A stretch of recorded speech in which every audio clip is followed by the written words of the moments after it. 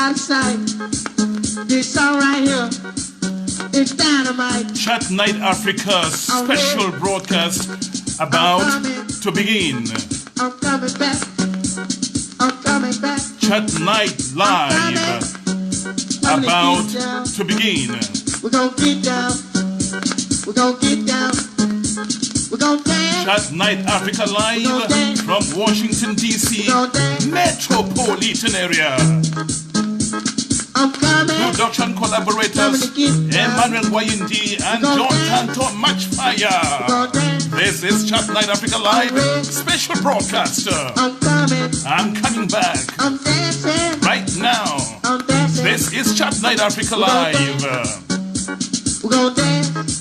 And your host, We're gonna party. Divine Chamuko. Party hardy. We're gonna boogie. Boogie woogie. Sponsorship, We're gonna dance. bold and elegant for the This cutest, song right here, latest, it's dynamite. top grain, handcrafted I'm ready. Italian shoes. I'm coming. Bold and elegance. I'm ready. Visit their page on I'm ready to Facebook. get down. This is Chat Night Africa Live. I'm coming. I'm coming back. I'm dancing. I'm right here. I'm dancing. I'm ready. I'm coming. Production collaborators Emmanuel Wayindi and John Tanto Matchfire. Live in Bamenda, Cameroon. I'm coming back. I'm coming back. I'm coming. I'm right We're here. coming to get down. I'm coming. This is Chat Night Africa Live. We're gonna dance. I'm your host, Divine We're Chamuko. gonna dance. We're gonna dance. We're gonna dance. We're gonna get down. We're gonna get down. We party. We party hardy. We boogie. We boogie woogie. We jam. It's out of sight. This song right here, it's dynamite. I'm ready. I'm coming. I'm coming back. I'm right here. Ladies and gentlemen, once again, thank you for joining us. This is Divine Chamuko. I'm your host on this very special edition of Chat Night Africa Live. 25 years ago, something happened in Rwanda. By the time the savagery stopped, by the time the savagery stopped, not 8 people, not 80 people, not 800 people, not 8,000 people, not 80,000 people, 800,000 moderate Hutus and Tutsis had been killed. Some had their throats slit, the stomachs of pregnant women cut open, and the women who were not killed, were simply herded away like cattle into sex slavery.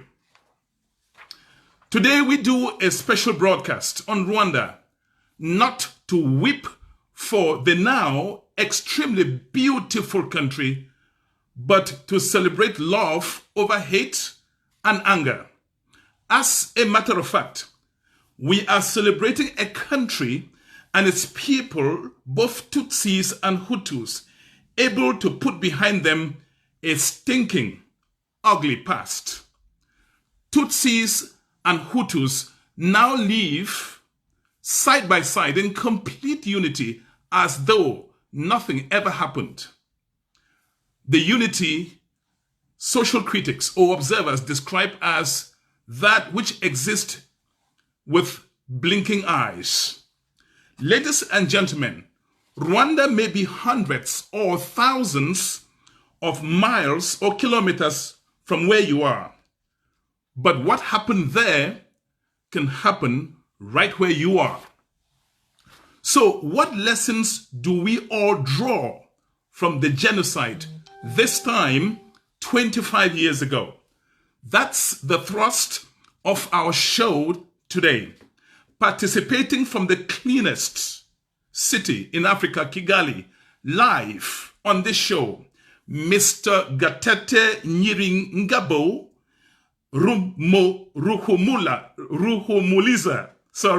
Ruhumuliza.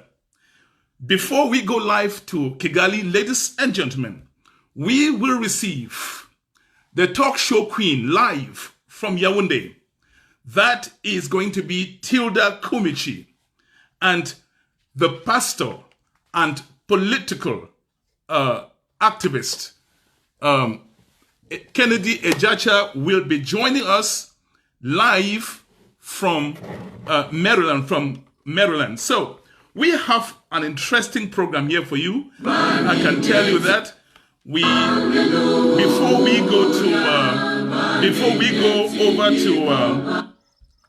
go over, we have songs for you before we go over to Rwanda, or before we go over to Yaoundé. Here is something from Kigali. You will love this song. This is Chat Night Africa, and your host is Divine Chamuko.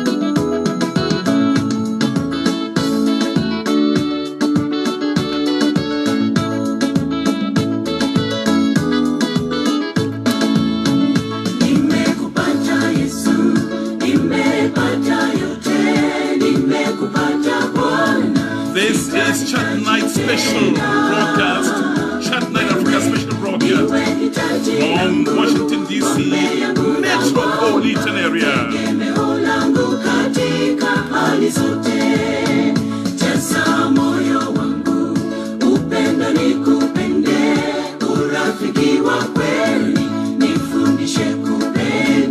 And in a moment, we will be hooking up with the talk show queen, live from Yaoundé, Cameroon.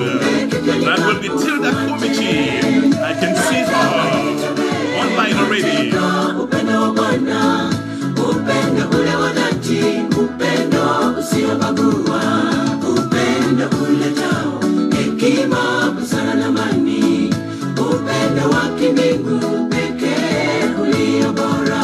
Remembering Rwanda 25 years ago,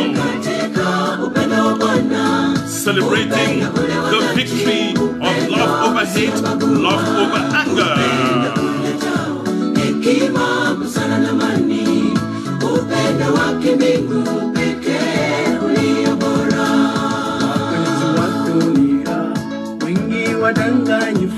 And this song is from Rwanda. On the show today, we will be traveling to Kigali, where we meet Mr. Gatete Nyiringabo, Lisa.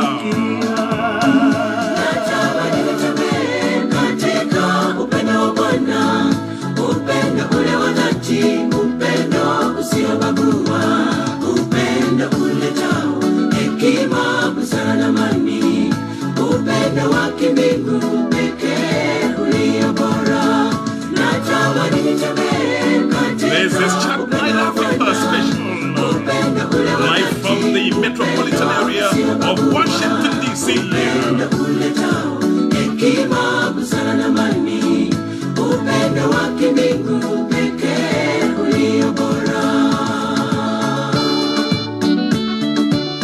In just a moment, we will be having live from Yaoundé, Cameroon, Tilda Kumichi. And also on the show, we will have Mr. Gatete live from Kigali, Rwanda.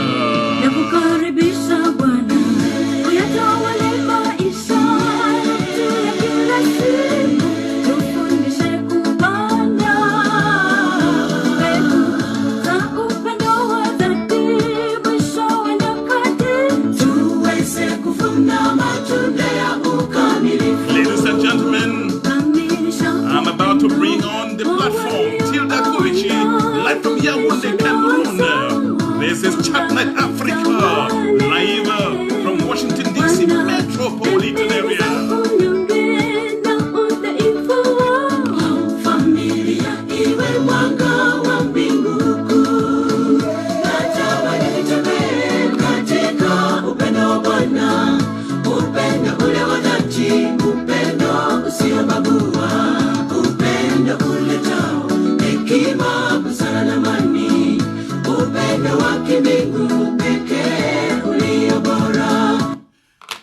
right. 25 years ago, as I said in my introduction, extremist Hutus turned on Tutsis and moderate Hutus, and in 100 days, people were slaughtered.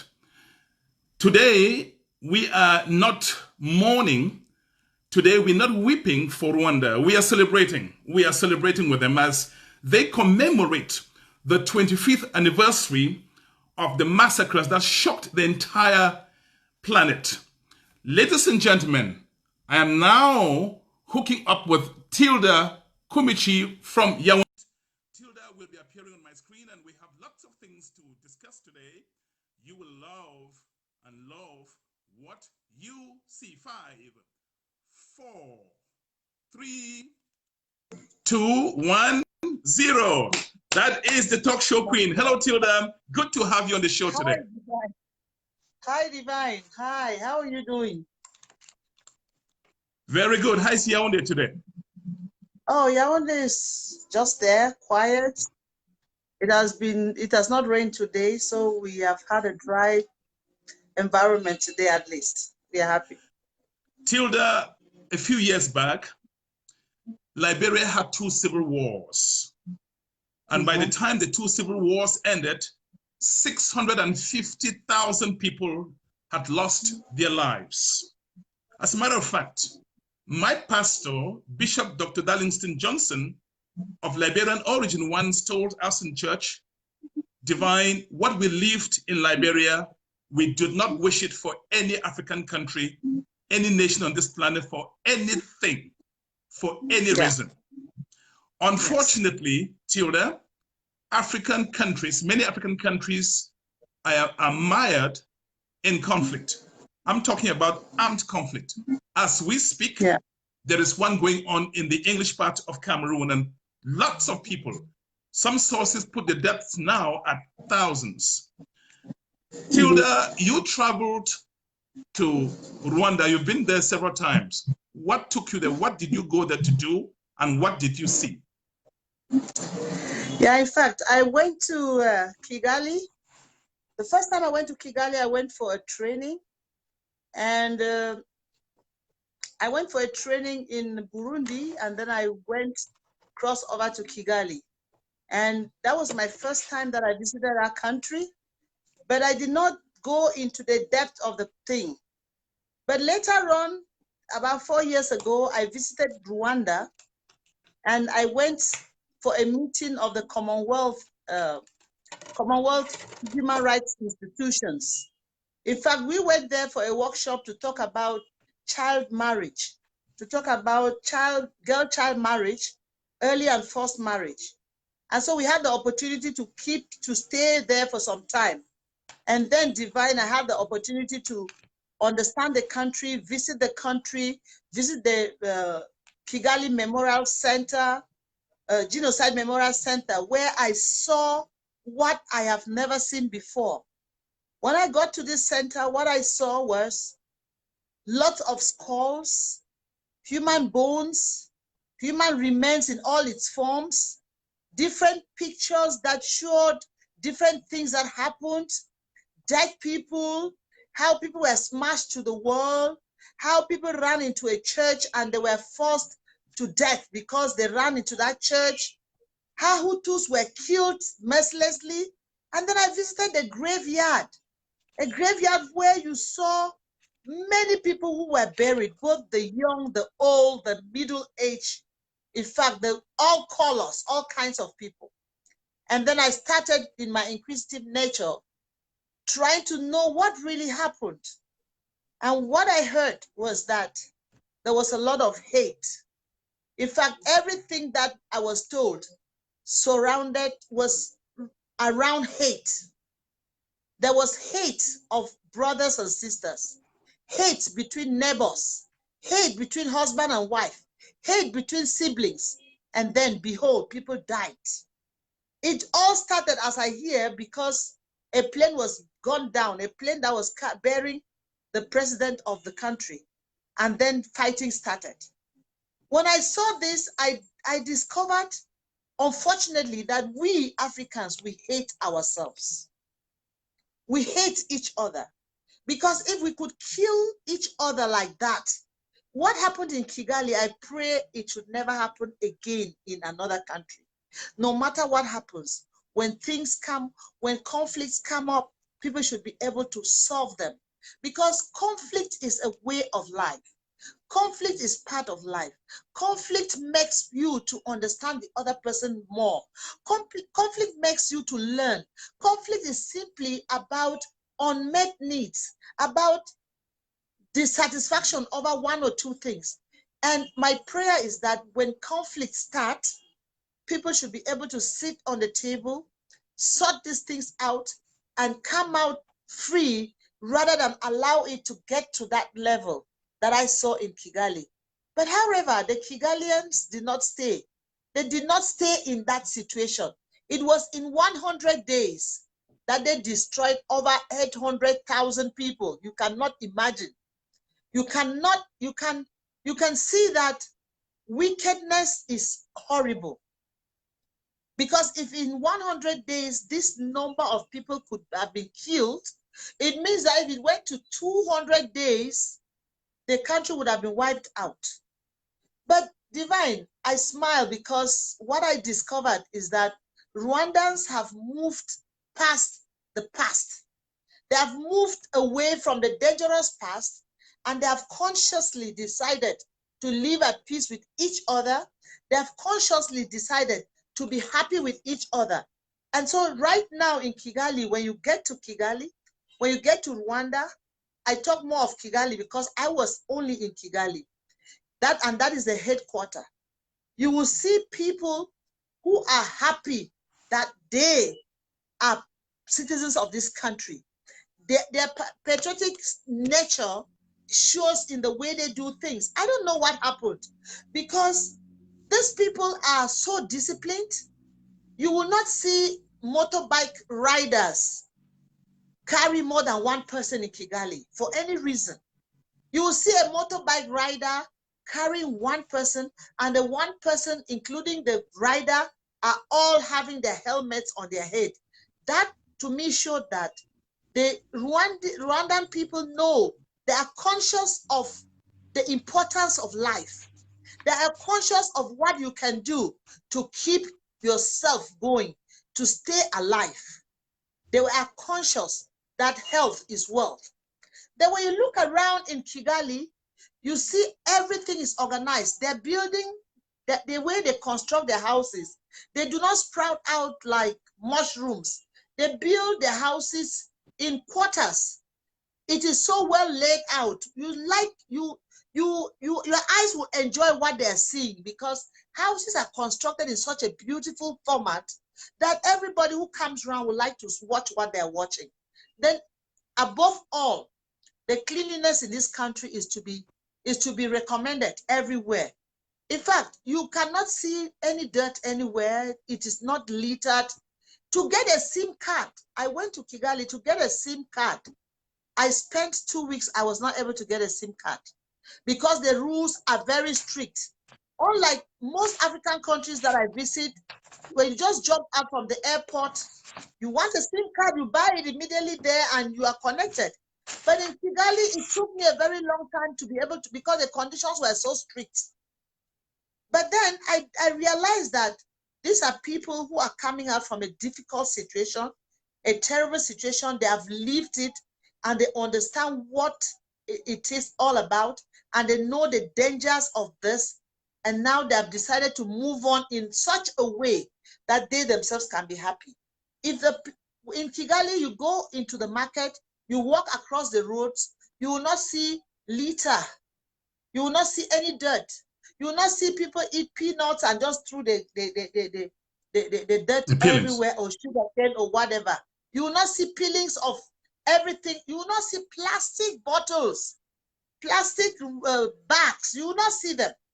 And I got inquisitive and I asked some people, so what is happening in this country? Why is it that places are so neat? And one lady just told me, Madam, we consciously decided to stay neat in our country. We don't have any reason to be dirty. So we consciously decided to stay neat. That is what I was told. And I think it is a very important thing. I think so. You use the word consciously, and you say that repeatedly. They consciously want to be in peace. And it has to be a very conscious decision. Tilda, I don't know how people, if you look at the way Tutsi women were herded away like cattle into sex slavery. You look at the way the stomachs of pregnant women were slit open, cut open.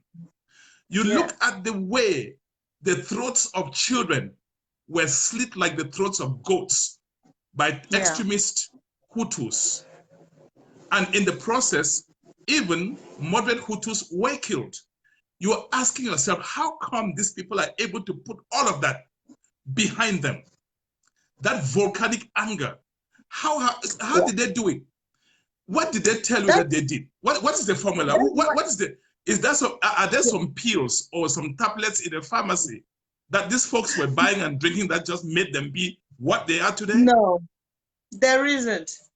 What one of my friends told me is, before we go on, this is why I call Rwanda Africa's miracle. Go ahead. Yes. In fact, one of my friends told me there that we have consciously decided to keep hate away, to throw all the past behind and move on. And so I think that there is no pill that these people have taken. They have not taken any pill. What they have done is that they have decided that in spite of all what we went through, in spite of the bitter pill that we took, we have to move on. I am sure that when you were playing the song, The Love of Christ, the song that just went on before we started by the Ambassadors of Christ, that's a song. I've written a song following this song. And this song gives, I think the degree of Christianity in Rwanda is very high.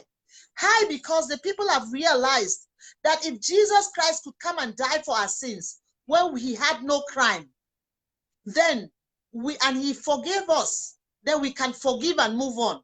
There is no drug, no pill to be taken for people to take to be able to decide to live at peace with each other. I think it depends on you. Do you want to keep dwelling in the past, hating on your brothers and sisters, and living a painful life, or you want to choose the way of peace? I remember a place in the Bible where Moses said, "Who is on the Lord's side? Come this way." Do you want to be on the peaceful side and move away from all this fighting, all this hate, all this killing, and then you enjoy the little life that God has given you? Or you want to stay on arm's way, or you want to stay in the side of hate, in the side of fighting, in the side of killing? I think the Rwandan people decided, all of them, I don't think that they used a drug. I am sure now, that you all said, of them have. Yeah, you said Yes? something that got my attention. You say conflict is a natural thing. Human beings, children have conflicts. yeah. I have children. Sometimes they don't agree all the time. Sometimes they don't agree yeah. even with me all the time, even though I'm their dad. But what we do is we sit around. Husbands and wives are going to have conflicts. You are going to have conflicts with your colleagues at work. Now, you say something which is very significant, very, very significant. Yeah. You say when there is a conflict, people ought to sit around a table and talk, look eyeball to eyeball, and ask each other, what is the thing that I am doing that offends you? I tell you something. I was having a chat with one guy I respected a lot. One-time government delegate to the Bamenda Urban Council. He's of blessed memory, Mr. Jomia Pefok. This is what he told me. He said, my son, because he always calls me my son. And whenever I close from work, I enjoyed sitting around with him on the balcony because this guy was like a moving encyclopedia. This is what he told me. He said, Divine, when you are driving in the street, you see potholes. You see small potholes. When they get neglected, very soon you're going to have to deal with a lake. I thought that was very, very smart. So tell us about, I mean, you've attended a lot of seminars on conflict management and resolution. What happens that people get from normal human beings to becoming monsters that extremist Hutu husbands are killing their own wives that are Tutsis. What happens? Yes. How does somebody get from point A to point Z? Now, Z is how we call Z in the United States. Yes. What happens? Now, let me thank you, Roy Mama. Roy Mama is in the house and she says conflict is real, but it is all about communication and a choice to compromise in every relationship. I just want to stem from what you said. You know, conflict is natural. Even every woman knows that when you wake up in the morning, sometimes you have conflict with your dresses. You have a conflict with what am I going to wear today? So conflict, whether you have people around you or not, conflict is natural because you have it even with yourself. Now, the problem that conflict persists in the world is because we lack non-violent communication strategies. We don't What do you mean communicate. By that? We don't communicate our needs. We rather communicate our positions, not our needs. We don't communicate we communicate our emotions, not what we feel, not what we want. Sometimes, for example, let me give you an example. A woman who is angry that her husband is always going out in the evenings, and then she keeps saying, you go out in the evening, every day you go out in the evening, you are going out to run after women, this and that. That is not the best. What that woman has, her problem, her need is companionship. She needs her husband to be with her. So why don't you tell him that, look, as when you are not there, I feel your absence, rather than saying, oh, you go out to go run after women and stuff like that. That is not the issue. So many people do not communicate what they need. That is one. And then some people are judgmental. They evaluate. Let me just compare. Let's compare a giraffe. A giraffe is gentle, and a bush dog, a fox. A fox is arrogant, right? Mm-hmm. If a fox, when you touch a fox, it reacts arrogantly. But when you touch a giraffe, the giraffe turns gradually and looks at you. Most of us communicate like foxes. Now, another issue is conflict is natural and it's a way of life because it helps you to understand who the other person is, and it's a stepping stone to growth. It helps you to grow up. But now, many people in the face of conflict do not bring up the issues on the table. Most often, they take the issues under the table, and on the table, they put their positions. You hear them, who is she talking to? I am this in the society. Who is she? She has no right to talk to me. That is not the problem. Or sometimes we have seen situations, and sometimes we see situations that one tribe thinks they are superior to the other one. Exactly. Sometimes we use value judgments. I'll give an example. Here in the United States, it's normal for people to climb in bed with their dogs, to kiss their dogs. Elsewhere in the world, that's an abomination. But do you use your values to judge another person, and that person becomes inferior and you are superior? Absolutely not. I'll give you another example. If you go to Southern Africa, women dance there with their breasts all outside. In the United States, you cannot even breastfeed a woman in public place. You have to cover up. So does that make one group or one ethnic group or one country superior? So these are what we call value judgments that bring a lot of conflicts. Yes, go ahead. That is why I say, when you communicate, stop communicating from a judgmental point of view. Communicate what you feel, not judging. Some people are just judgmental. They just evaluate. Immediately there is something. Oh, why did you do it like that? Oh, you know, why? We need to have empathy, to put ourselves in the shoe of the other person, to understand why this person did this like this. Now, when you come back to the value system has caused so much havoc in the world, because we think that since we do things this way, every other person should do things our way. I tell you, even twins will not do things the same way. Therefore, we need to learn from the example of other countries where they have faced difficulties like Rwanda, like Liberia, like other countries that have had South Africa. it hot, and South Africa, and many people have died. We need to start drawing. We have to draw inspiration from this. One thing I would like to say, Divine, is conflict. If you are not able to solve conflict at your individual level, you will not solve it at the society level or at the state level. If you don't know how to handle your house, you will not handle the society. Therefore, we need to go back into our closets. Let's get back into our rooms, get back into our homes, and evaluate the way we handle little conflicts that come up between us and our people, between us and our siblings, us and our partners, us and our children, us and our friends in the Now, office. you talked about, you used the word compromise. And that, again, got my attention. What is the role of compromise in conflict management?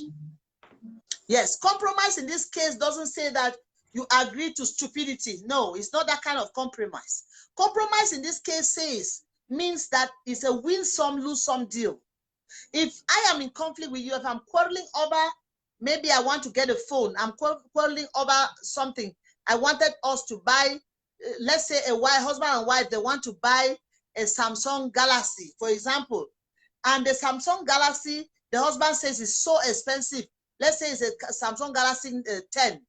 And the husband says, no, our resources are not up to this, or the wife says they are not. We can strike a balance by buying the same Samsung Galaxy, but a cheaper one, meaning that the wife will move an inch, the husband will move an inch, and they will get somewhere, meaning one person will lose a bit, win a bit, the other person will lose a bit, win a bit. The win some, lose some deal is the best deal in conflict, which has to do with compromise. You have to compromise. If I'm in conflict with you, Divine, and I just stand on my side and you stand on your side, are we ever going to come to see reason? We can. Let me just make a comment right there. Sometimes when I look at Americans, I just marvel at the kind of people that they are. When you look at the Republicans and the Democrats in Congress, sometimes the feeling that you have is that they're going to burn down that building. You think that they're going to go at each other with machetes, cutlasses. Exactly. But at some point, they make compromises. In other words, yes, we have conflicts. You don't get everything you want. I don't get everything I want. There's a middle of the road kind of thing. Yes. Unfortunately, conflicts have continued to fester in Africa because in Africa, it is my way or the highway. Oh, no way. And if somebody begins to make compromises, they say he's a traitor, he's a sellout, he's a blackleg. Or he's a weakling. Or he's a weakling. Or sometimes they'll say he's a weakling. That's a nobody. He knows not, he's a fool, he's an idiot. Look, until we learn to understand that your way is not good enough for everyone. Everyone's way, it cannot be good enough to every other person. Until we come to that particular point of understanding that the way you feel, the other person may not feel like that. That is why I use the word empathy. We have to use empathy even in our communication. You have to ask yourself, why did this person do this thing? If it were me in that position, what would I have done? Rather than just blaming. The blame culture has never led us anywhere. Let me ask you another question. Yeah, let me ask you another question about ego. How is ego a problem in conflict management? Arrogance, ego. Go ahead. Yes. Ego, I would like to explain a bit to say that ego, all of us are born with very huge egos. I have a lot of it myself. Yes, but then each of us also has the inner being that has not been emerged. So you have your ego that is big like this, very big, like my palms open. And then you have your inner being that is closed up here where I am rubbing my hand, my palm. Now, if you start becoming realistic in life, your inner being will be opening up, and very soon you will be like this and you'll be a realistic human being. But many people stay like this and even close up. They close up in such a way that their ego becomes so large and then swallows them. Somebody who has a very an egocentric person will hardly want to resolve a conflict because his or her way or no other way. And that is a problem because, in fact, this whole wide world has space for everybody. It accommodates everyone. And so you cannot think that your way or no other way, because your way is good enough, yes, but my way is also good enough. So why can't we find a way to merge the two ways and get going? Ego has killed the world. Ego, all the conflicts in the world are provoked by ego, because either people are so egoistic. There are some egomaniacs that want to take everything for themselves. Why is there corruption in the world? Because some people want to get everything to themselves. Some people think that when they get a position, if I met a big man today, it means that I know everything. It is wrong. It is wrong. Becoming a big man or having a big position doesn't say that you have the quality or you have the capacity. You have to build your capacity to function in that position. But what has happened in Africa is that most times when people are given positions, they automatically become big people, and then they want to lead everyone, whereas they don't even have the capacity. Some people who are not big people are better placed to lead than those who have been given the position to lead. So my advice to people is that if you want to function well, you want to enjoy your position, you want to enjoy your life as a human person, you must learn to lead. You must be a learning individual. I ask another question, Tilda. What is the role of leadership in conflict management? As I told you, if you have 10 children and 2 are complaining, shouldn't you, the dad, the parent, sit all of them down and say, my children, what's happening with you? What is it that makes you angry? So tell me, what's the role of leadership? And I'm also going to ask you, what is the role of citizens in conflict management? First, from the angle of leadership. Of course, a good leader. Now, likening to a parent who has children and some are crying. A good parent will listen to the cry of the children. A good parent will try to know why this complaint. And a good parent who wants to solve, will be longing to solve the problem so that his family or her family can continue peacefully. Now, on the other hand, all of this also depends on the manner by which a problem is posed. Because as you talk about ego, all of us have egos. A parent has an ego that when a child touches that ego negatively, it can cause more havoc. It can cause more trouble than peace. So a leader, a good leader, should be a leader who listens. But I want to tell you that we have many leaders on earth, but there are very few good leaders. Because most people think that immediately you find yourself in a position, you are already a leader. They don't know that you have to learn and you have to develop the qualities of a good leader. And the qualities of a good leader, you have to be that person who listens. You have to be a learning individual. You have to have empathy. You have to be that person who feels in the place of your people. You have to be that person who talks less but acts more.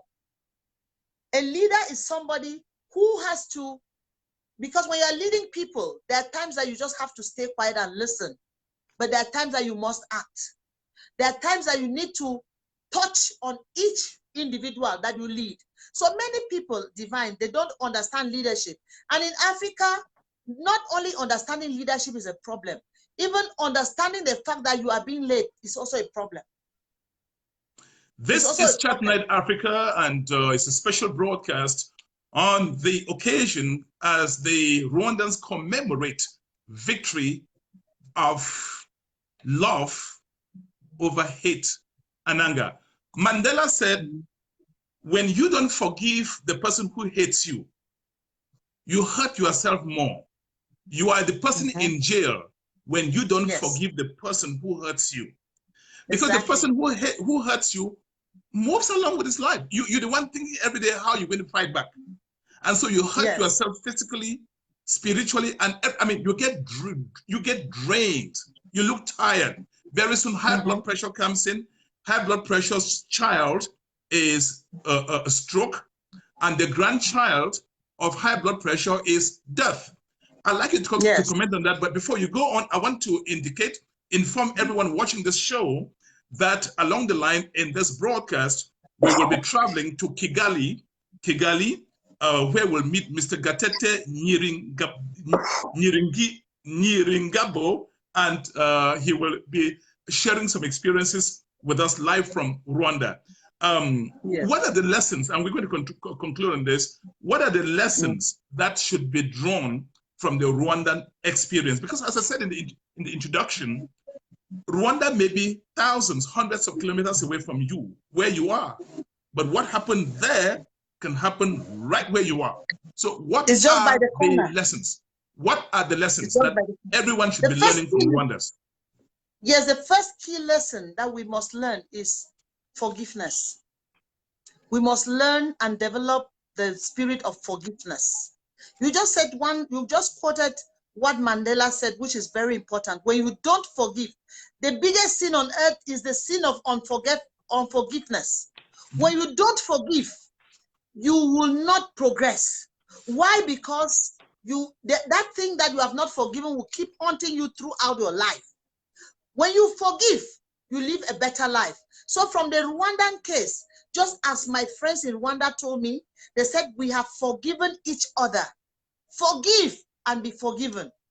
When you don't forgive, how do you expect to be forgiven? So that is a key lesson we have to learn.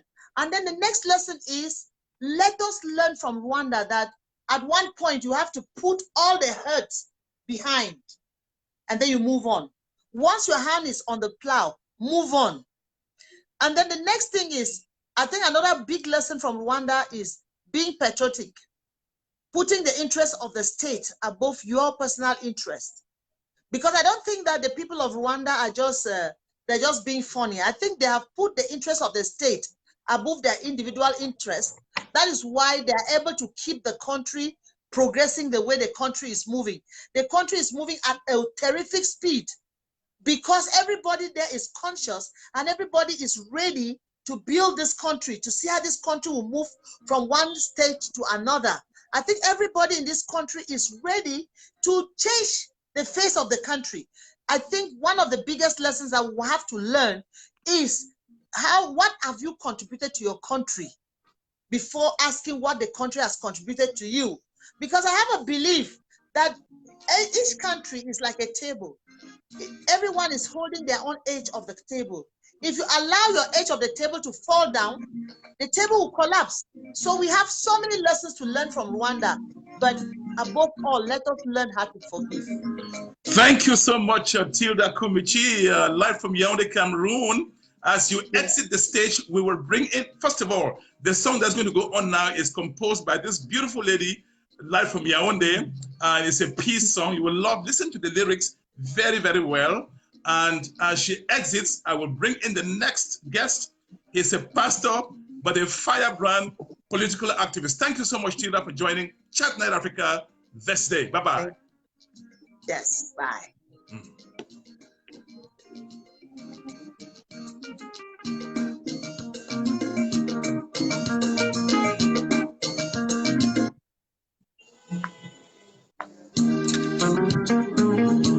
And this song is by Tilda, the lady you are watching on the screen. Listen to the lyrics. Can be marked by conflict and turmoil. But God's peace surpasses all understanding. I can see Pastor Kennedy Echacha already ready to come in. After this song, Pastor Kennedy Echacha will join us. Firebrand political activist. Why do we fight each other, brother? Why do we hate each other, sister? Jesus died to cleanse us from our sin and evil. We must not fight each other, brethren. Why do we fight each other, brother? Why do we hate each other, sister? Jesus died to cleanse us from our sin and evil. We must not fight each other, brethren. You may watch, as you watch, you share. We invite you time. Your host is Divine Chamako. This is special Chat Night Live from Washington, D.C. metropolitan area. We are of course every day in our lands. We are of killing every day in our lands. We are of shooting every day in our lands. With us hate in our hearts we perish. And we send this song to Mr. Gatete, Gabo, Lisa, who is watching now. I see him watching from Kigali, Rwanda. He will be joining us in the show in a moment. Why do we hate each other, sisters? Jesus died to cleanse us from our sin and people. We must not fight each other, brethren. Why do we fight each other, brothers? This is Chapter After Live. Special broadcast to honor the people of Rwanda. We will be going down to Kigali on this broadcast. Mr. Gatete, I can see you watching from Rwanda. Thank you, guy. I appreciate it.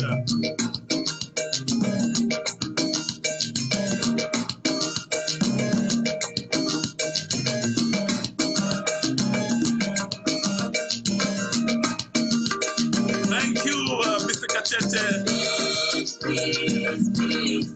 Mr. Gatete will be joining us live from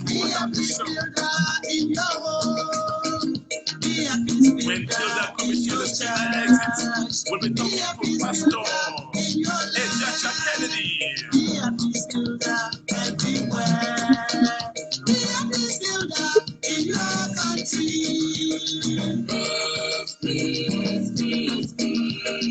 Father, you are our hiding place. Protect us from all this trouble, all the hate and killing.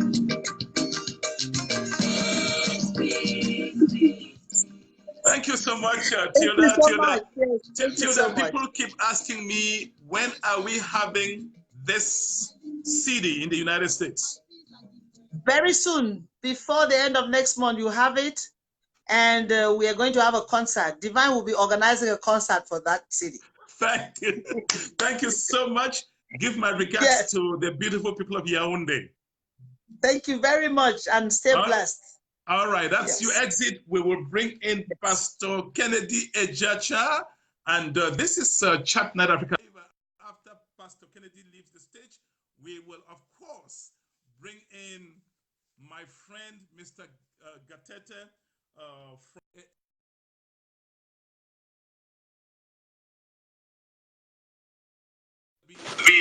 Joining hello, Pastor Kennedy Ejacha. Hello, my dear brother Divine. You may want to use your headset, sir, to avoid the echo. Yes. Are you getting me well now? Yes. Okay. You still need your headset, sir. And as you pick up your headset, I will be presenting a few things. You absolutely need your headset.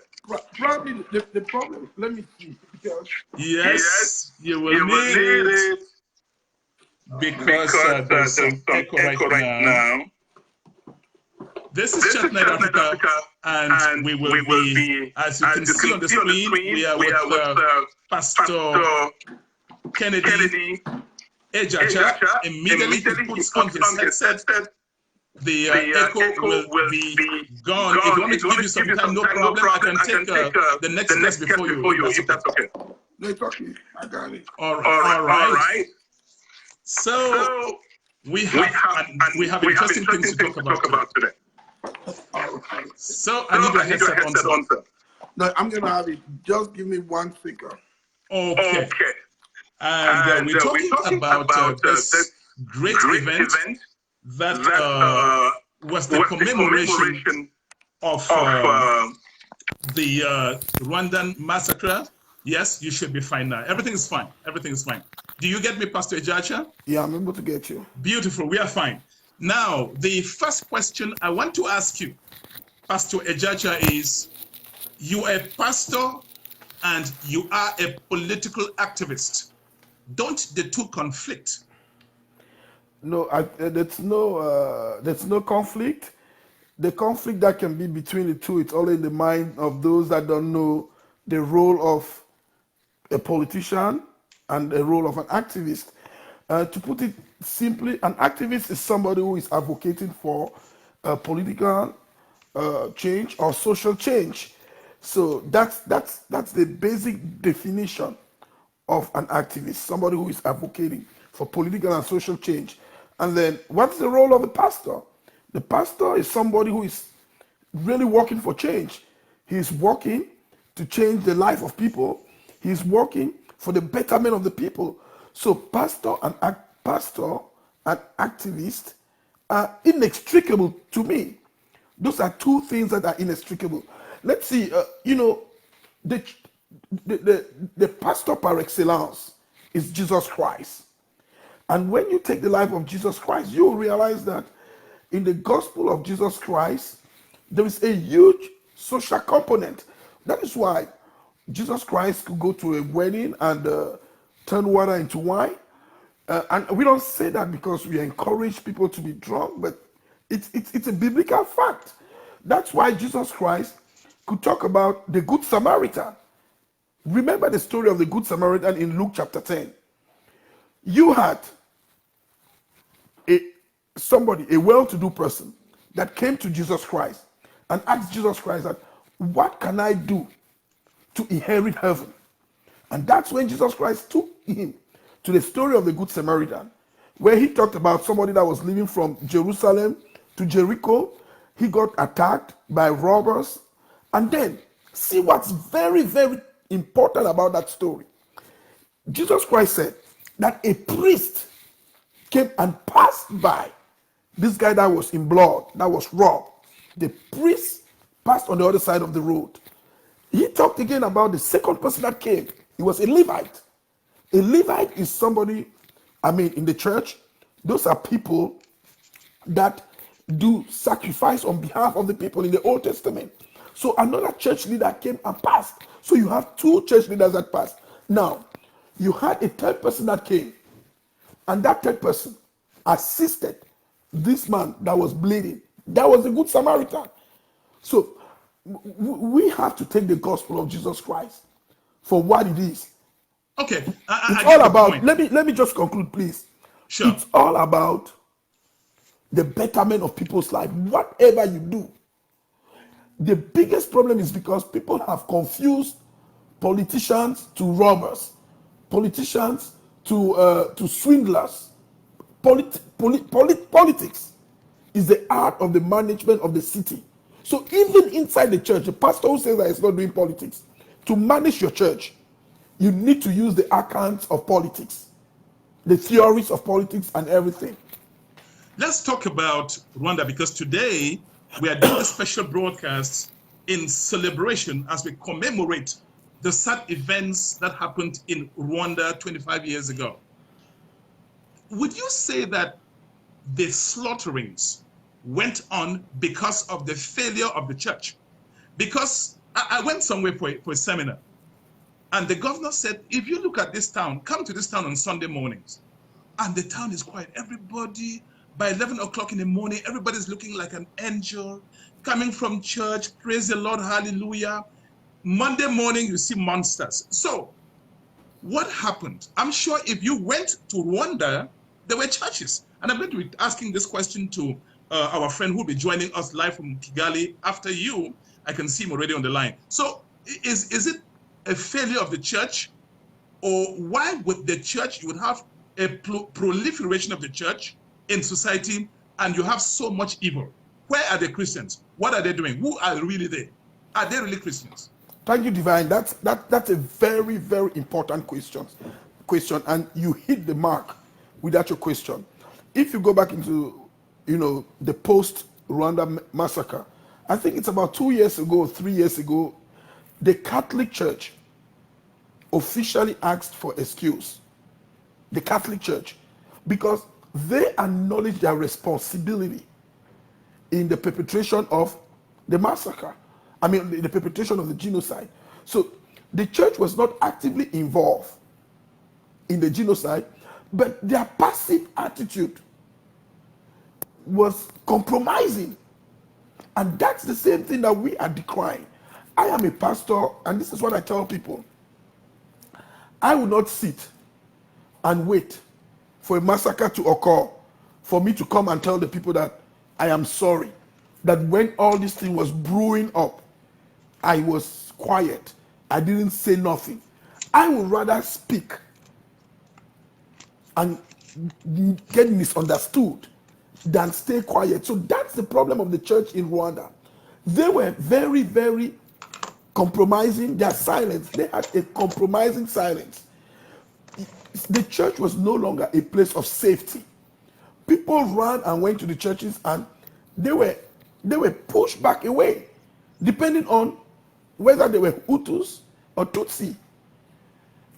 This massacre, it wasn't something that just happened overnight.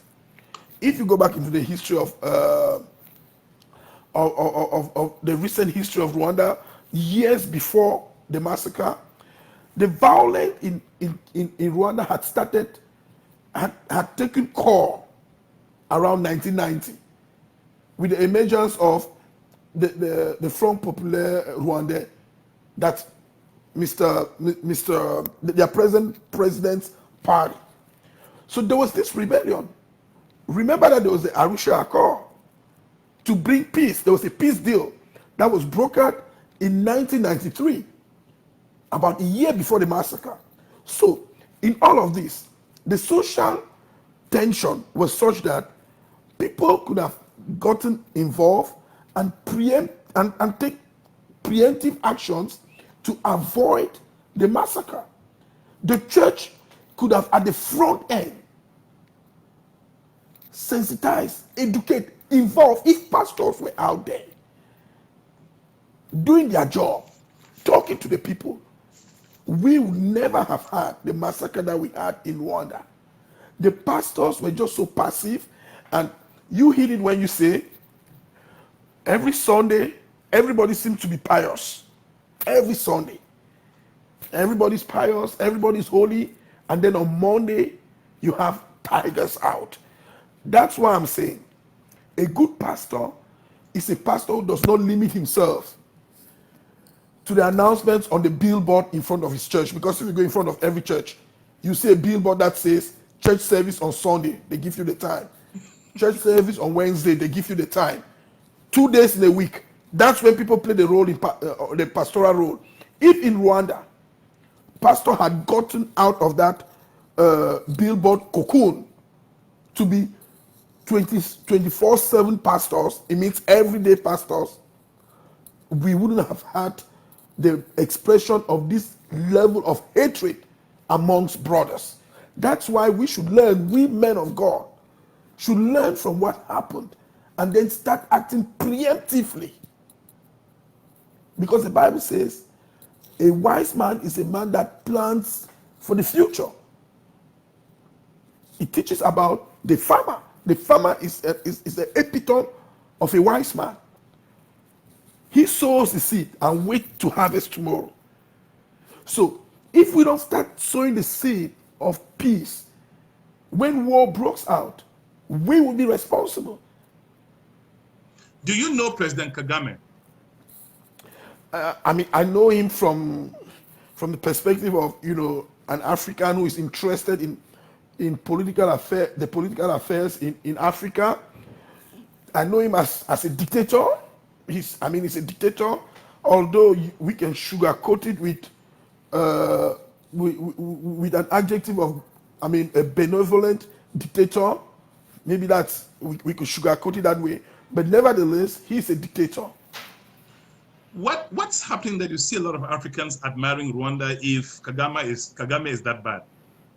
Okay, they are admiring the infrastructural development in Rwanda, and it's something that I also admire.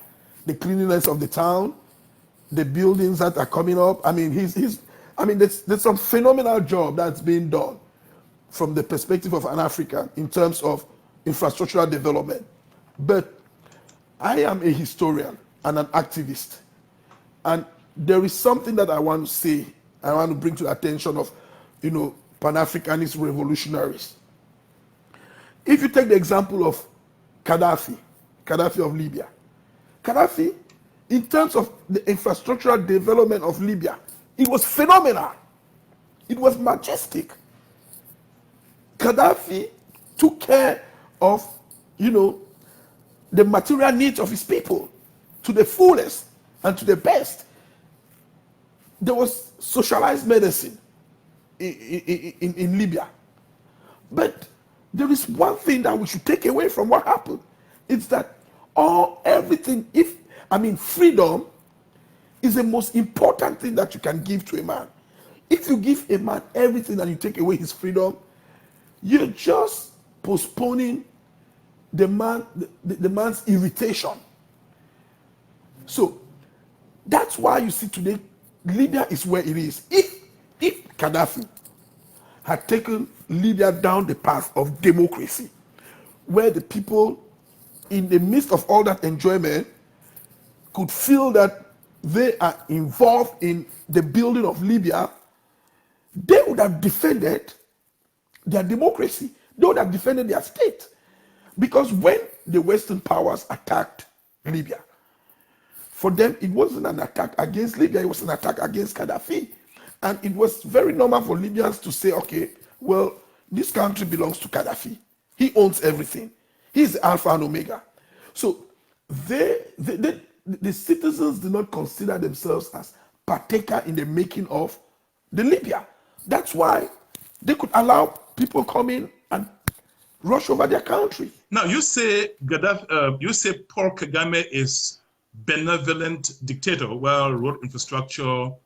Rwanda now is one of the fastest growing economies in the entire Africa.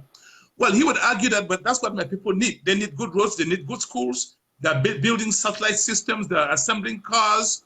He will argue that that's what they need. He will also argue, to a certain degree, against freedom, that it was this freedom that led Radio Mille Collines to spearhead fanning the flames of extremist Hutus slaughtering other fellow citizens. That's his argument. Why is he wrong? No, he's wrong because it's not freedom.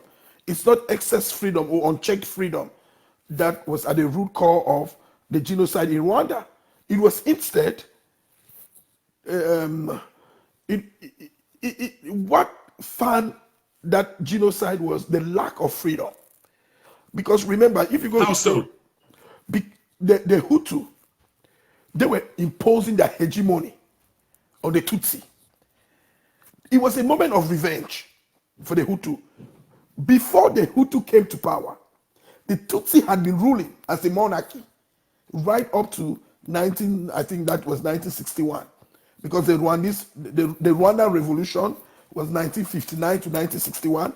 So the colonial master, the Belgian, had installed what we would call a monarchy. So in this monarchical system, the Tutsi were lording it over the Hutu. So now, when the Hutu took over, for them it was their own turn. But meanwhile, in a democratic society where everyone is involved in the management of the city, it's not about us revenging against the other. If the Hutu had liberalized the political system, they will not have what we have. So the question becomes, is, because Africans talk about democracy a lot, is democracy necessarily the pathway to development? Democracy is an essential ingredient towards development. It's not the only way, but it is the best way. It is the safest way, and it is the most cost-effective way towards development, because check and balances are inherent in democratic systems. Check and balances are inherent. Accountability is a great tool of democracy. It's natural for democracies to have check and balances, to have accountability system, but dictatorship can also be accountable or hold people to accountability. But the only thing is, the accountability that you see in a dictatorial system is an accountability where the standard is set by one individual and not the people. So if you have one individual of great moral value. And I'll put great moral value in quotes, because no matter how moral you are, but if you don't believe that people are free to express themselves, there will be a question mark on your morality, your You're moral watching standards. Chat Night Africa Live special edition as Rwandans commemorate the 25th anniversary of the very sad events that went on there. And on the screen now, on the platform, is Pastor Kennedy Ejacha, political activist, very outspoken against dictatorship. He doesn't mask his hatred for dictatorship. So, I mean, you are a trailblazer. You talk so much about democracy. Why why are Africans having so much trouble with democracy? Yeah, so Africa, the biggest trouble that we're having with democracy comes from the fact that most of the people that are in position of power in Africa are not the ones who actually are wielding the power. They're just puppets. So those who are calling the shots in Africa are the Western, the Western Europeans, to be more precise, you know. So we Africans, and I always say it is the wealth of Africa that is its greatest problem. People are sponsoring tyrants from out of Africa so that they can have access to the resources of Africa. And it's the same thing when I'm talking about Kagame and Rwanda. Rwanda is a corridor that opens into the wealth of Congo, the Democratic Republic of Congo. And mind you, the Democratic Republic of Congo could easily be termed as the Garden of Eden, because whatever mineral resources that you can think of in the world is found in the Democratic Republic of Congo. So the Western world is using Paul Kagame for easy access to the resources of Congo. So that's why I always say the development in Rwanda is dope development. Because How so? Because they are stealing from Congo, and then when they steal from Congo, the Western powers that are using Rwanda to steal from Congo, when they take it away, the crumbs fall in Rwanda. Well, And but Pastor it is the Jacha, crumbs that are being used. Pastor Jacha, you blame the Western perhaps for good reasons. But some people would argue that if we Africans did not open the doors, the West don't bring in caterpillars and bulldoze themselves into Africa. Okay. What do you have to say about that? All right, Mr. Divine Chamuko, I'm coming to your house today. I'm coming to your house, and I'm telling you, and I'm coming with an AK-47. You see that headset that you have? I'm going to get that headset. I'm going to get your microphone, and I'm going to take over Chat Night Africa with my AK-47. I'm coming. Does it matter whether you want it or not? Once I have the AK-47, I subdue you. Would somebody turn around and say that, oh, Pastor Kennedy took over Chat Night Africa because Divine Tamukon was a weakling, because he allowed it? No. It's because I used firepower against you. So we have to understand that in terms of force, there is a disequilibrium that does exist between Africans and Western powers. They have all the type of firepower that they need to subjugate. Hitler killed 6 million Jews. He took them to the gas chambers. Nobody talks about the responsibility of the Jews. Why? Because people are intelligent enough to understand that those that were taken to the gas chamber, they were taken against their will. That's why there's only one person who is responsible for the Holocaust. It is the Nazis. And that's why I say, please, and that's why I say, there is only one person that can be held responsible for the destruction of Africa. It is the destroyer. So who is it that is destroying Africa? It is Western powers. Those that came and installed colonialism against the wish of Africans. I have two quick last questions for you. The first one is, and I really admire your vehemence against dictatorship, your distaste for it. Thank you. What would Pastor Ejacha do if you became the president of an African country? What would be your priorities, democracy or development? The first thing that I'll do, I'll open the power base of my country so that power should rely on the people. So the first thing is democracy. Now, it might sound funny, but it's not a lot to it. This is what I'm saying with regards to Africa. If the leaders who are there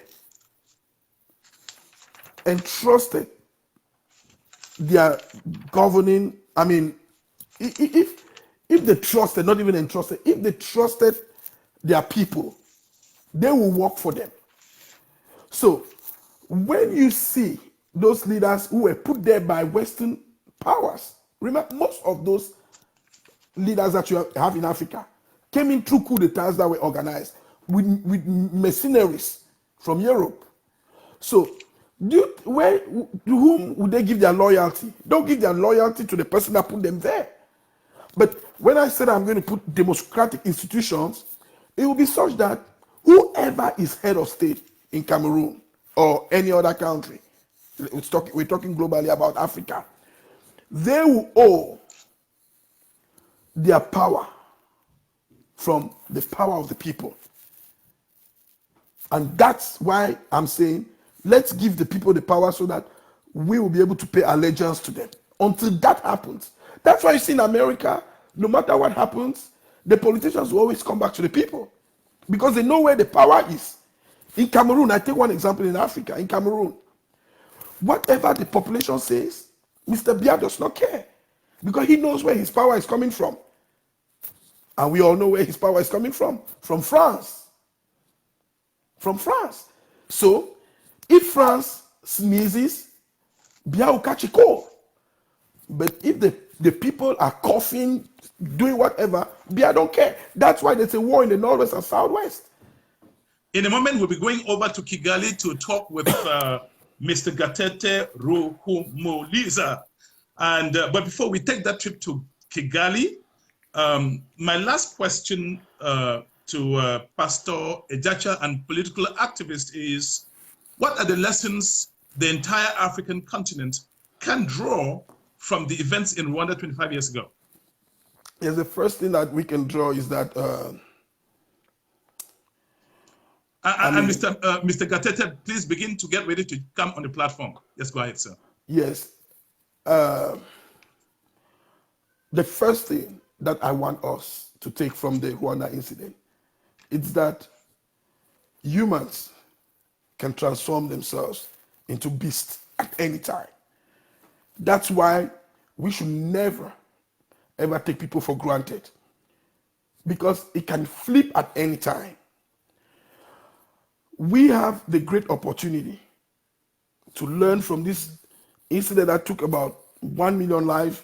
Some statistics will put it around 800, but it's around 800,000 and 1 million lives.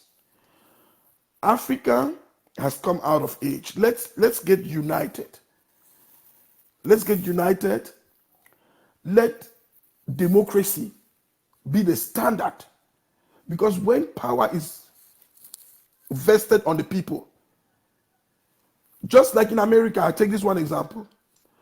Many years ago, nobody ever thought that a black man can be president in America. Because the truth is, blacks are a minority. But because of the wonders of democracy, a black man was able to be president in America. And it is the same thing that I tell everybody.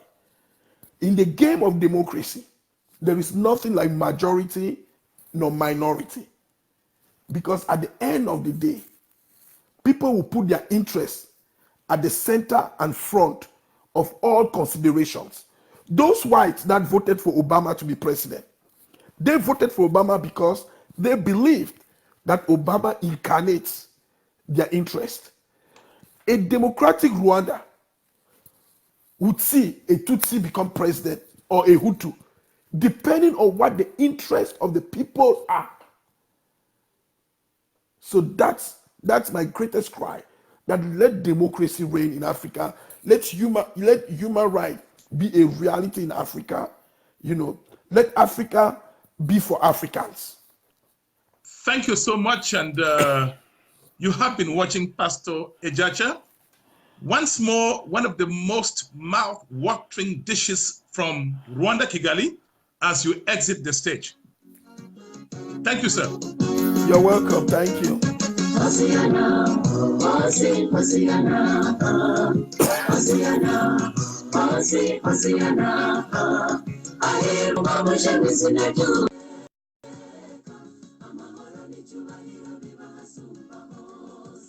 And in the moment, we will bring on the platform Lisa, who is now on standby in Kigali.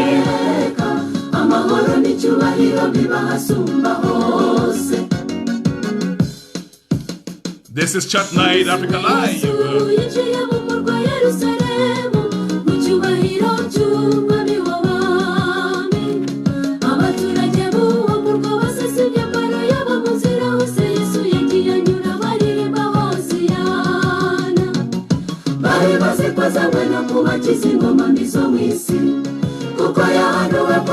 Mr. Gatete, begin to send your request to join from Kigali.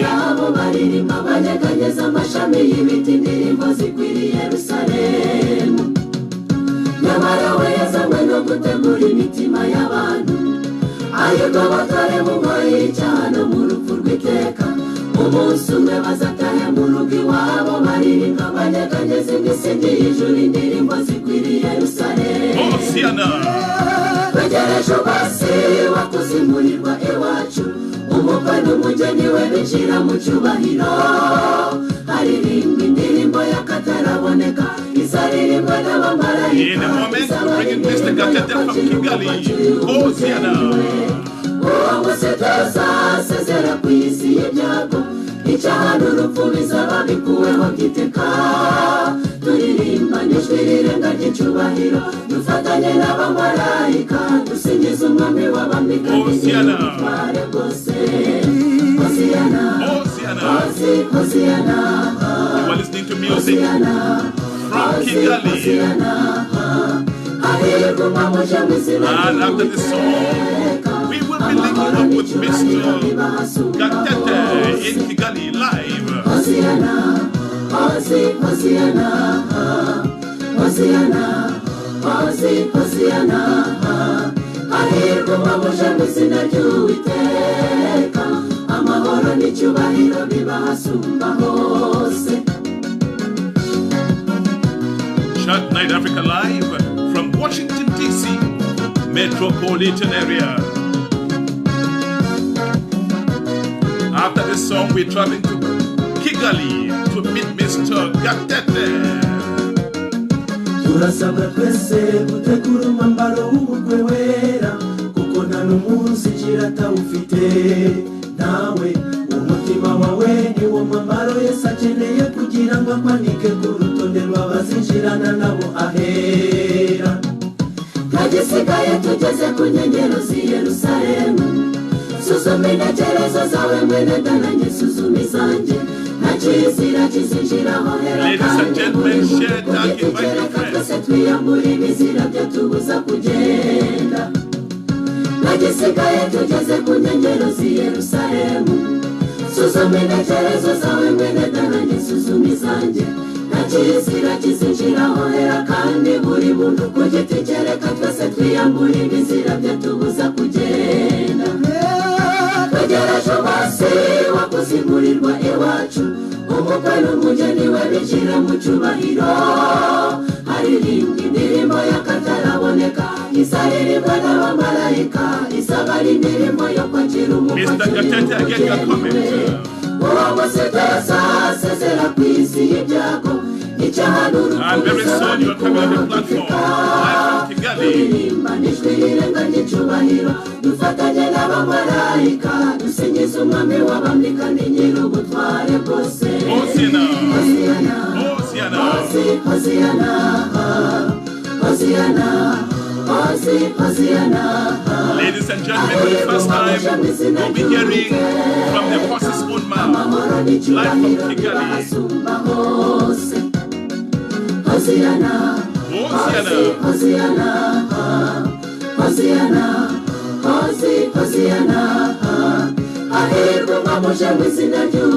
and the trip to Kigali in 1 minute.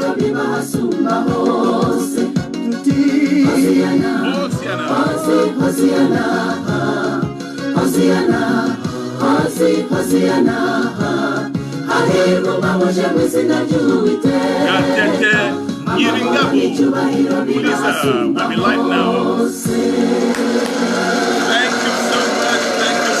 Thank you so much. And right now we're going over to Rwanda, and I can see Mr. Gatete ready to come on the show. And Mr. Gatete, we will be bringing you live on the show momentarily. Please stand by. I hope we don't have technical problems. All right, that's my friend. Thank you, sir. Thank you, sir. Can you say something? Hello? Yes, please. Yes. Hello, can you hear me? I hear you very well. I can tell you. I do not have headphones, unfortunately. But do you hear me? I can hear you perfectly. Very good. We hear you too perfectly. Now, wow, what time is it in Rwanda now, in Kigali? You are fine. You are fine, sir. It is approximately 1 o'clock. That's 1 o'clock in the morning. Yes. Wow. I can tell you that lots of people came on the show today to hear you speak to them. This is the first time I hope I make it worth their while. You're always very funny. Now, my first question to you, Mr. Gatete, is how do I pronounce your last name, by the way? No, go ahead. Ruhumuriza. All right. Ruhumuriza. All right. Thank you, sir. Now, 25 years after some of the most atrocious happenings the world has ever seen, what is the story of Rwanda today, sir? It is a story of resilience. It is a story of responsibility, taking responsibility. When we came here, I was too young, but when my elders came here, they found nothing. They found a completely destroyed country.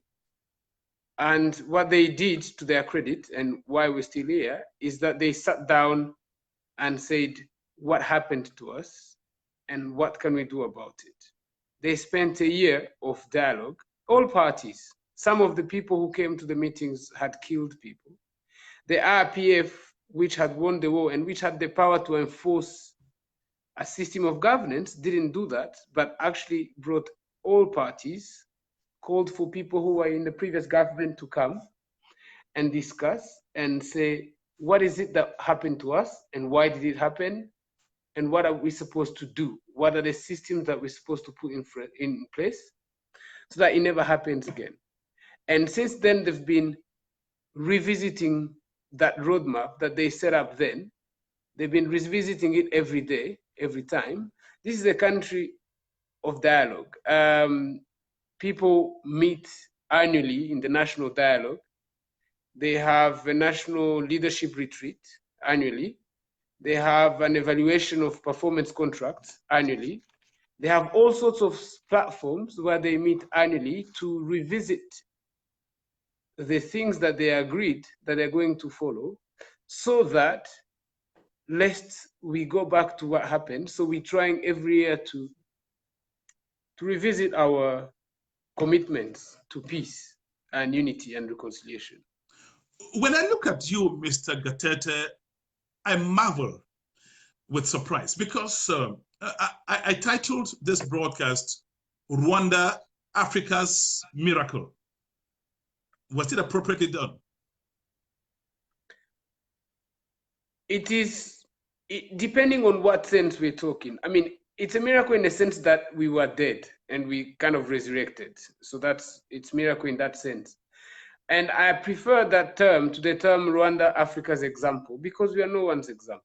What do you mean by that? We are also, we are not an example. We're all still grappling with our problems. We haven't gotten where we want to be. We have many problems we still have to address. And one of the ways we do that is by saying we have to find homegrown solutions. So the moment you start saying we are examples,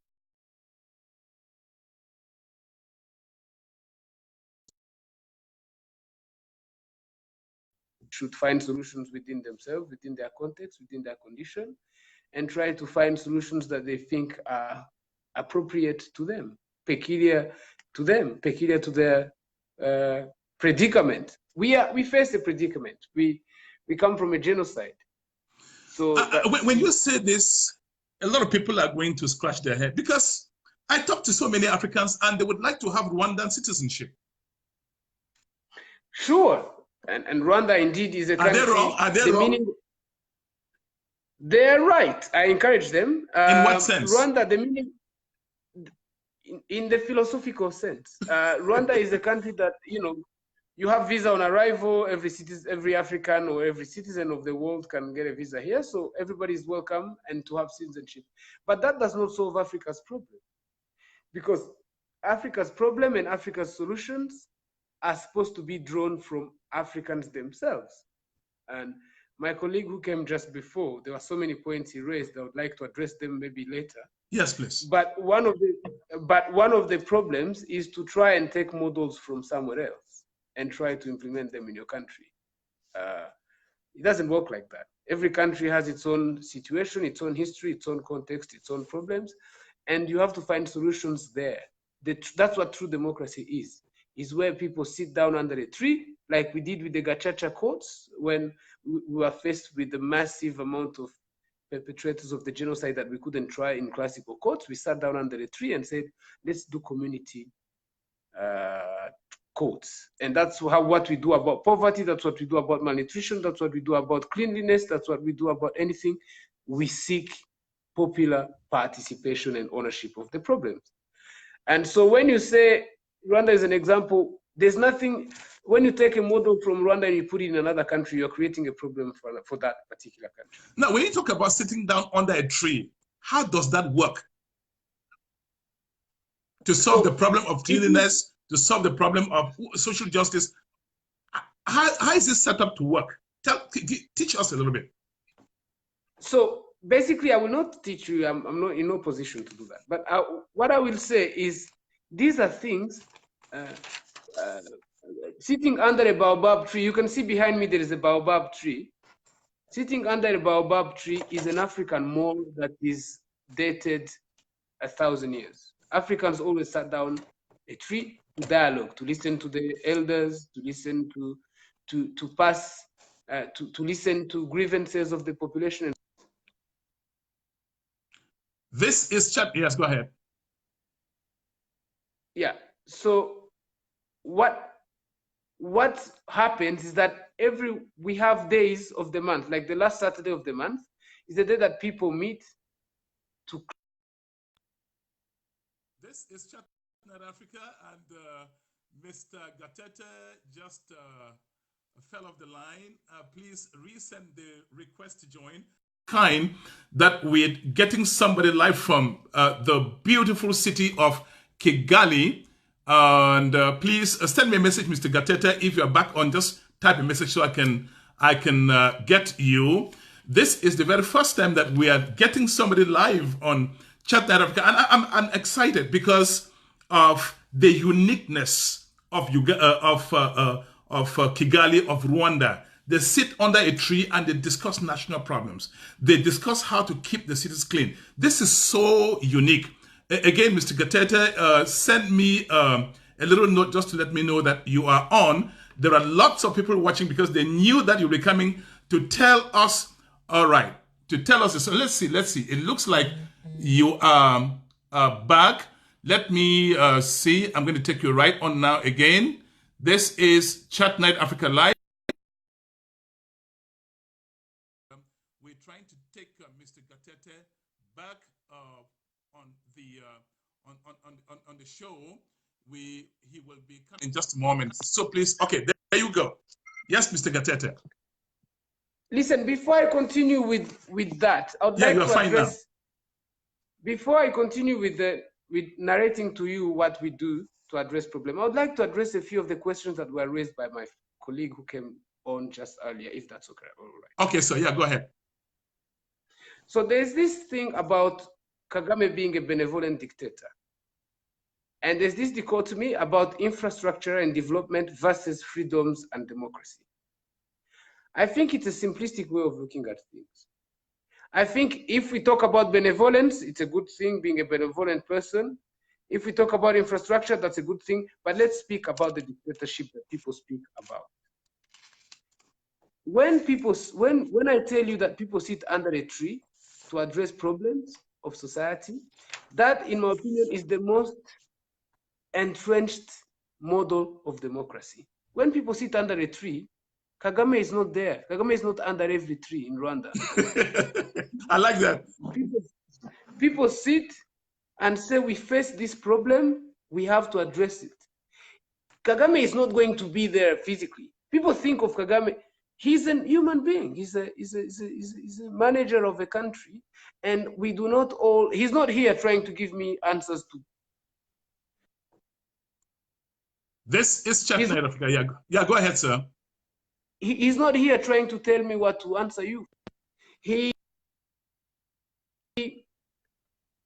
Democracy systems that we have here at what people do not understand is that our system is called dialogue, a constant quest for solutions through dialogue and consensus. We do not have aggressive democratic processes. People are free to speak. People are free. Freedom of expression is accepted on the condition that we do not use freedom of expression to divide people, that we do not use freedom of expression to do populism, to stigmatize a specific group of people, that you do not use freedom of expression to attack Hutus or to attack Tutsis. Now, my colleague spoke about checks to democracy. Now, how do you enforce these checks? Because human beings are not perfect. You agree on the rules of the game, but they will not necessarily respect those rules of that game. Now, when they fail on those rules and they are disqualified based on the same rules, you may not call that dictatorship because the rules are written. There is a constitution which enshrines most of these principles that I'm telling you about. It's not Kagame, he didn't dream this. There was a constitutional commission, and then there was a referendum, and people said, these are the rules that we accept. They should not be genocide ideology should not be allowed in the name of freedom of expression. Media of hate, which participated in the genocide in the past, should not be allowed in the name of freedom of expression. Now, when people agree on something like that, there are systems that are in place, there are laws that are in place that repress hate speech, genocide ideology, and so on. Now, politicians will always try to cut corners. Populists, journalists, all sorts of people will come and try to go back to where we come from. That means saying, oh, Tutsis are bad, or Hutus are bad, or people from the north, or the south, or the Christians, or the Muslims, and so on. And those are the people who are disqualified from the political system because they have broken the rules that were approved by the entire population. Now, not everyone who says they're a politician is de facto a politician. You have to listen to the content of his ideas before you give them the right to be a legitimate politician, to be a legitimate journalist, to be a legitimate commentator. The moment someone comes with a speech of hate, of stigma, that person is not qualified to be a politician. No one has been put in jail in Rwanda for saying that there was unemployment. There is unemployment. There's 1.5 million young people in Rwanda who do not have jobs.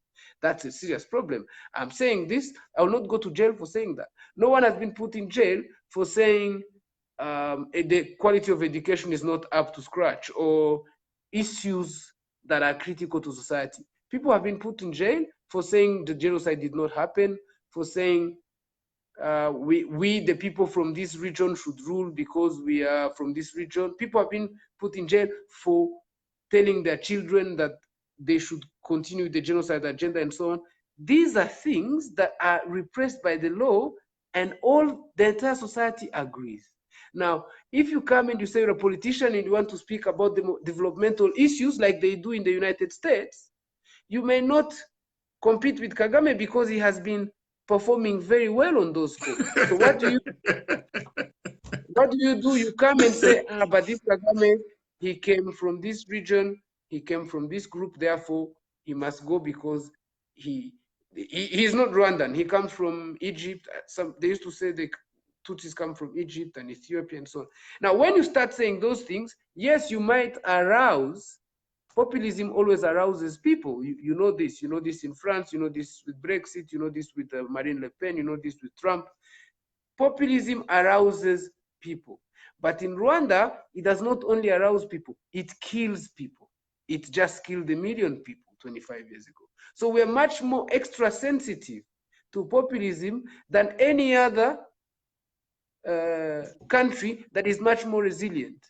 One day, perhaps, we will get to a point where everyone is educated, everyone has food, everyone has healthcare, and then we can allow populists to go about their business. Today, we are sensitive to it.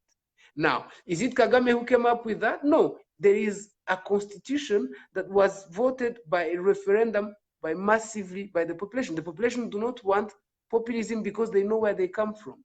Now, when that is allocated to Kagame as one person, it is disingenuous. And also, when people mix hate speech with democracy and freedom of expression, I think that's also misleading. That is so good. I mean, you see why people just wanted to hear from you. And viewers, you are watching my friend, Mr. Gatete, live from the cleanest city in Africa. That is Kigali. Tell me a little bit again. What do you think it is clean? Just 1 minute.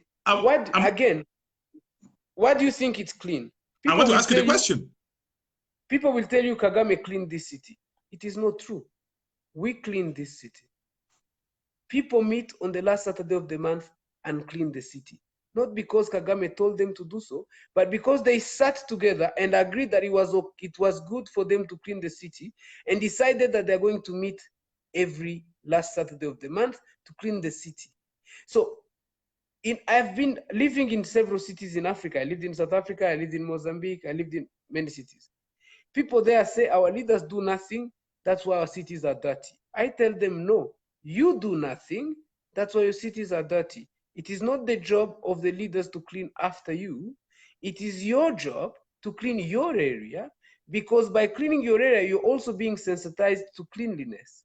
If I see, I'm not a policeman and I'm not a government official, but if I see someone littering on the street, I will personally feel angry because I'm the one who cleans that city. So it has to be entrenched. Policies have to be entrenched. People have to have ownership in them for them to be sustainable. But go ahead with the question. I mean, if you move around cities across Africa, you see mountains of garbage. How is it, tell me a little bit, how is it that you Rwandans, switched the mentality? What triggered this change of mentality? And what happened? If you see somebody eating sugarcane or groundnuts, how does it happen that the person doesn't have the instinct to throw, excuse me, the peelings or the chaps along the street as he walks around, or just urinating around? Because that very person who's eating the sugarcane is the person who cleans that street. He does not need a policeman to monitor him, because on the last Saturday of the month, he is the one who's going to clean the street. He is responsible. It is responsible citizenship. So the moment you find these piles of garbage in many cities, chances are the people of those cities are waiting for the city council to come and remove them.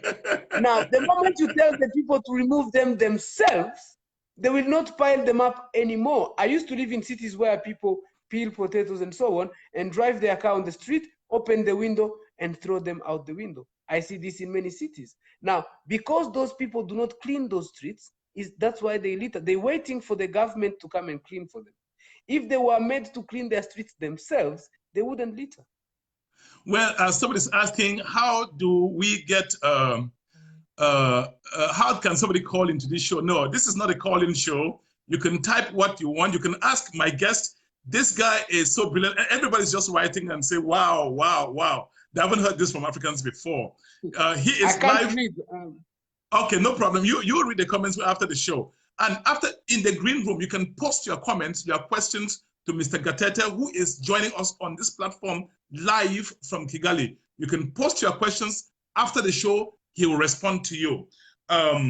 So, I mean, you said something very important, because the tendency is that people wait for others, the city councils, For to come and clean the government. street. Yeah, for government But to do it's it. true but it's true for cleaning the city. It's true for healthcare. We have universal coverage healthcare. We do not wait for the government to subsidize this. We look for money ourselves in our neighborhood to ensure that everybody has healthcare. Therefore, women are sensitized to go seek prematernal healthcare because their neighbor, their husband, their brother has contributed to this scheme. The moment you put people at the center, people speak. The democracy that my colleague was defining a minute ago is people talking on television. Concepts, empty concepts. Real democracy is when you put the power, not the power to vote only, but the power to solve their own problems in their own hands. That's real. That's why, I'll give you another example. Kagame gets elected with beyond 90% of the votes. People say this cannot be democratic. How does the leader get elected with 90% of the vote? Fair point. Now, in United States where you live and in Europe, presidents get elected with 25% of the vote, of the 25% of the electorate, of 25% of the population. That makes it a tiny minority of people who bother to wake up on election day to go vote, because most of the population is disenfranchised. They do not believe that these politicians are there for them. And when a president gets elected with that tiny percentage, they call that perfect democracy. When a president gets elected here, people in the West, they exercise their democratic right massively too, but they exercise it to protest, not to elect, but to protest politicians.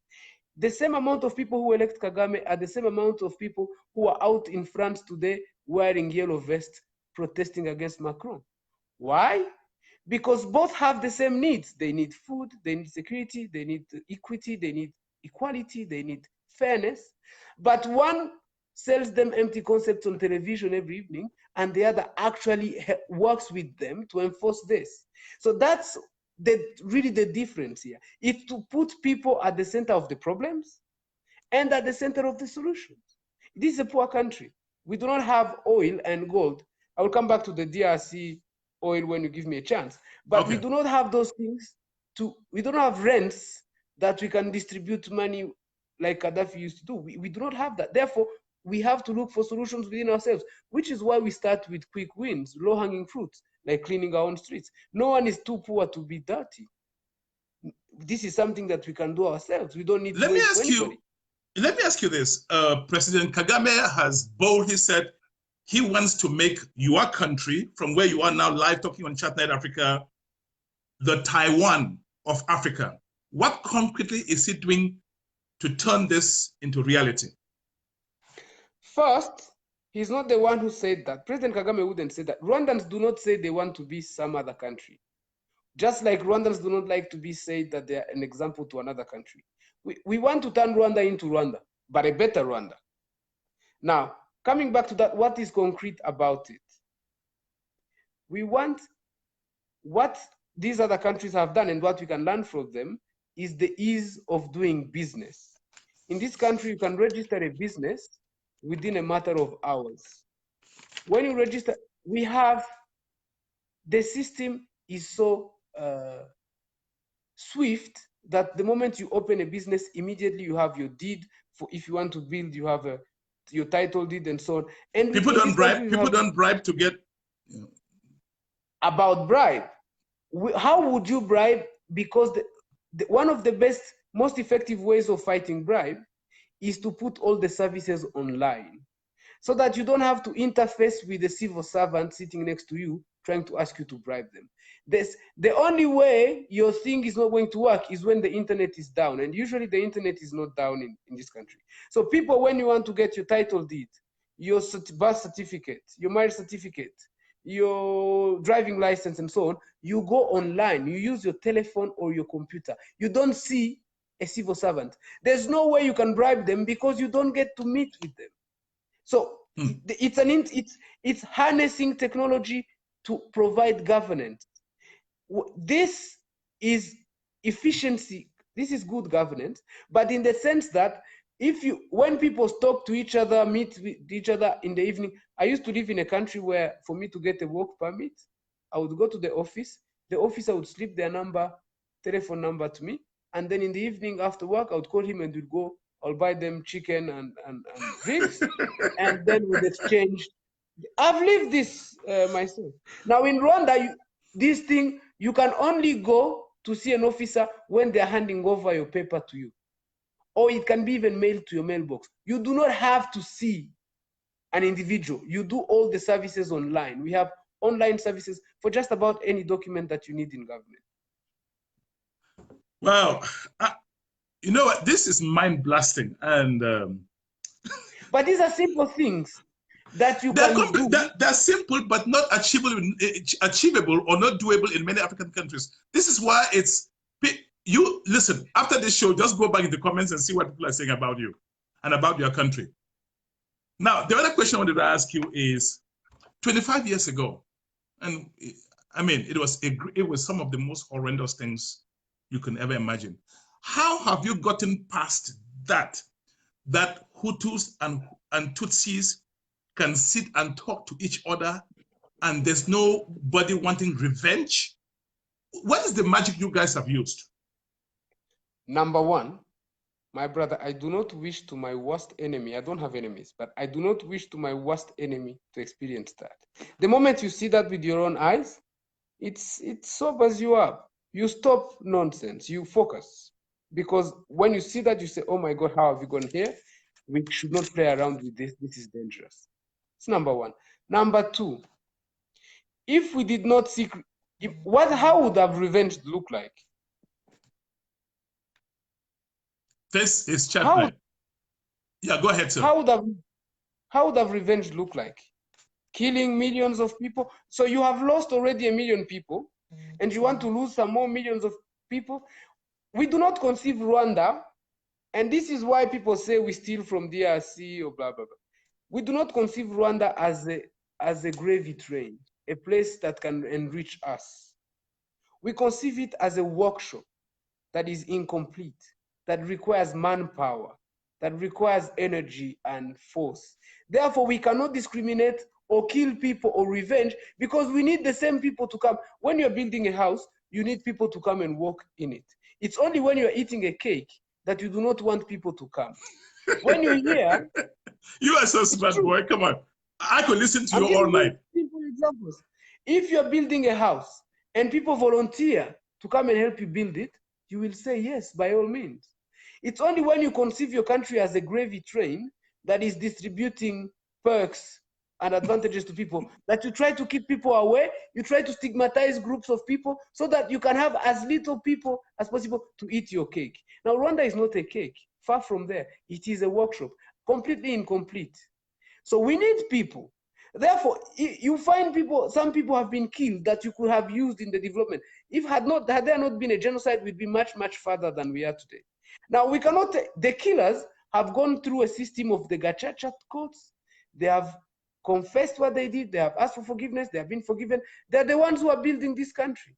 They are doing trade. They are doing business. They are doing teachers, priests, pastors, engineers, doctors. They killed people, but now they are being put to good use. They are saving people. That's how you salvage a country. Because if you go in a circle of revenge, then how do you build? The other question I wanted to ask you is, across Africa, you have people who believe that armed insurrection against the government is the way to go, and probably because government isn't listening to them. What advice would you give to people, your brothers and sisters across Africa who are in armed conflicts? Right. Because you have tested it. And we're not talking about Yes. 80,000 people. You're talking about 800,000, close to 1 million people. So you definitely, when you speak on this, I'm going to listen because you've had your feet in those shoes. Go ahead, sir. When people have taken arms against the government, it is not advice they need. Let's go back to the drawing board. Why were they made to take arms against government? Young people, usually it's young people who are doing this. Young people need opportunity. I'll tell you a quick story. I hope I make it fast. Go ahead, sir. Young people in Rwanda by the year 2000 were still dreaming of going to the West. So they were in Kigali passing time looking for a visa to go to America, to go to Europe. Because they could not see what they saw on television, they could not see in their own country. Young people want good shoes, good cars, good life, opportunity. Young people like to dream. When you do not provide that to them, they will either leave.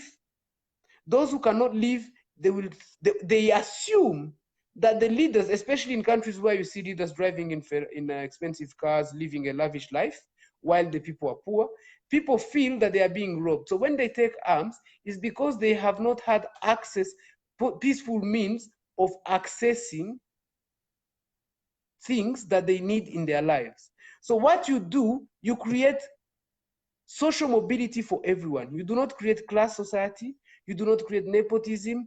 In Rwanda, I can tell you, my brother, I do not know one brother of the president. I do not know.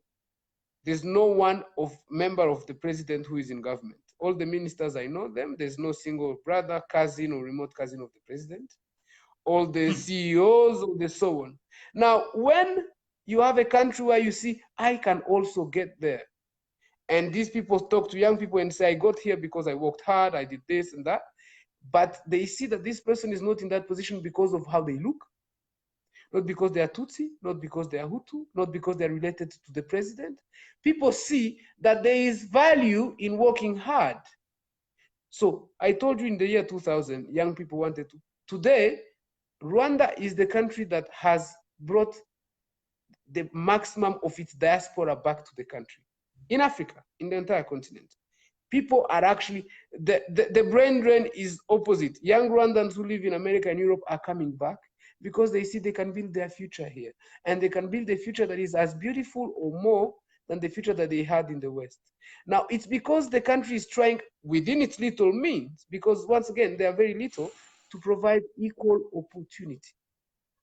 It's a long way to go, but you have to show people before they take arms, you have to give them opportunity. I told you that we have 1.5 million young people who are unemployed. That means we have to create, and we have 200,000 young people who come on the job market every year. That's the amount of jobs we have to create every year. 200,000 jobs for young people. For them not to take arms, like you said. If we don't want them to take arms, we can't feed them propaganda, democracy, blah, blah, blah. We have to provide them with opportunity. And that's our challenge. What's the, listen, Mr. Gatte, I could listen to you all night, but are you promising to come back again, sir? I mean. Absolutely, anytime. Listen, when this show is over, go back to the comment section and read what people are writing about you and your beautiful country. Now I see why people are looking for Rwanda nationality. But they are well. Okay, I want to use this opportunity to tell everyone who's looking for Rwandan citizenship to come. This is not one of those countries that has xenophobia. We have zero xenophobia. In fact, I suspect that even foreigners have more rights than me. I don't know. What's your last word today, sir? What's your last word on the show today? My last word. And I'm promising viewers that I'll bring you back again. But what's your last word today, sir? My last word is that we Africans have been here before colonialism. There is nothing new that has happened to us that our ancestors did not face. These people who are coming with new concepts of democracy, of this and that, they are interesting, but we have to be careful to look at how our ancestors solved problems that are peculiar to us before the colonialists came, and try to draw from there, harness what they call harnessing indigenous wisdom. to address our problems. It has served us Rwandans. When we were faced with the biggest problems, we always go back to our culture, to our history, and say, how did ancestors do this? You know, Hutus and Tutsis did not meet in 1994. They lived together for 1,000 years. It's when the colonialists came that they started saying, you Tutsis are from here and you Hutus are from here. Hutus and Tutsis had been living together for 1,000 years. So why did Rwandans forget how Hutus and Tutsis lived together before the colonialists and started following what the colonialists told them about Hutus and Tutsis and started looking at the next person as a foreigner or an enemy? What I can tell to my African brethren on this show is please revisit, speak to your ancestors so that you can regain consciousness. Whoa. Oh gosh. Listen, I'm so blessed that we had some connections and then I fell on you so accidentally. You were supposed to come on last Sunday, but I realized that you guys were very busy with the commemorations in your beautiful country. You are setting the example for the rest of Africa. Well, somebody is saying, please advise Cameroonians. You know what's going on in Anglophone Cameroon? Tell them, first of all, that we have some nice Cameroonians who are here, who are Rwandans now. Excellent. Yeah, we are blessed with Cameroonians. They are a blessing. My advice to them, do I have an advice for Cameroonians? I have wishes for Cameroonians. I don't have advice. I wish them peace and stability and prosperity. It's a very rich country. It's much more easier to make it rich than making it poor. It has everything it needs. But before I leave, I did not address the Congo issue. Okay, go ahead. Go ahead, sir. Go ahead. You see, what we ask of people here in this tiny country where we live is open mind. People come here and they see progress, they see some development, they see some cleanliness. Because they have not seen it in the neighborhood or only see it a few times, they believe there must be something sinister. There must be some sinister agenda that is linked to it. It's just impossible for this to happen. I went to school with many Africans, and when I used to tell them that education is free and universal for the 12 first years, or that healthcare is free for everybody, the next question was, do you have oil? Now, the most important natural resource that human beings have is not buried beneath in the earth. It's here. This is the biggest natural resource that a country has. Now, you have to tell your people to dig the ground and remove resources from there, or to dig their heads and remove resources from there. Now, some people have been told that their countries are rich. It is a big mistake. They must be told that they are rich in their heads. It's human capital. It's not natural capital. It is human, it is in the head. Now, Congo today, just to prove this history of minerals in Congo, there are drones and satellites by the UN, by the US, by everybody, patrolling the border between Rwanda and Congo to see if there is even a stone that comes from Congo every day, to ensure that that road is there. But this narrative is still continuing. Rwanda receives 30% of its GDP from tourism because, like you say, it's clean. We clean it so that people can come and do their conferences and meetings here. That's 30% of our GDP. We get 30% of our GDP from agriculture exports. Tea, coffee, pyrethrum, flowers to make pesticide and so on. And then we get the other 30% of our GDP from services and banking and so on. Now, why does this it remains a small limited budget. Why does this limited budget perform better than countries that have richer resources? The budget of Rwanda, it's because the budget of Rwanda is as much as how much money another person can steal from his country. There's not enough for thieves. If people are busy stealing their country, they could be as rich as they want. One person can pocket the budget of Rwanda in his pocket and walk away. We don't have rich people. You can ask me in Kigali, we don't have, who's the richest man in Kigali? I don't even know. You walk in Kigali, you will find it clean, but you will see that people don't drive Ferraris, people don't organize big parties, People don't have money to splash because that's the money that's going in infrastructure. And incidentally, it so happened that no one took it and put it in his pocket.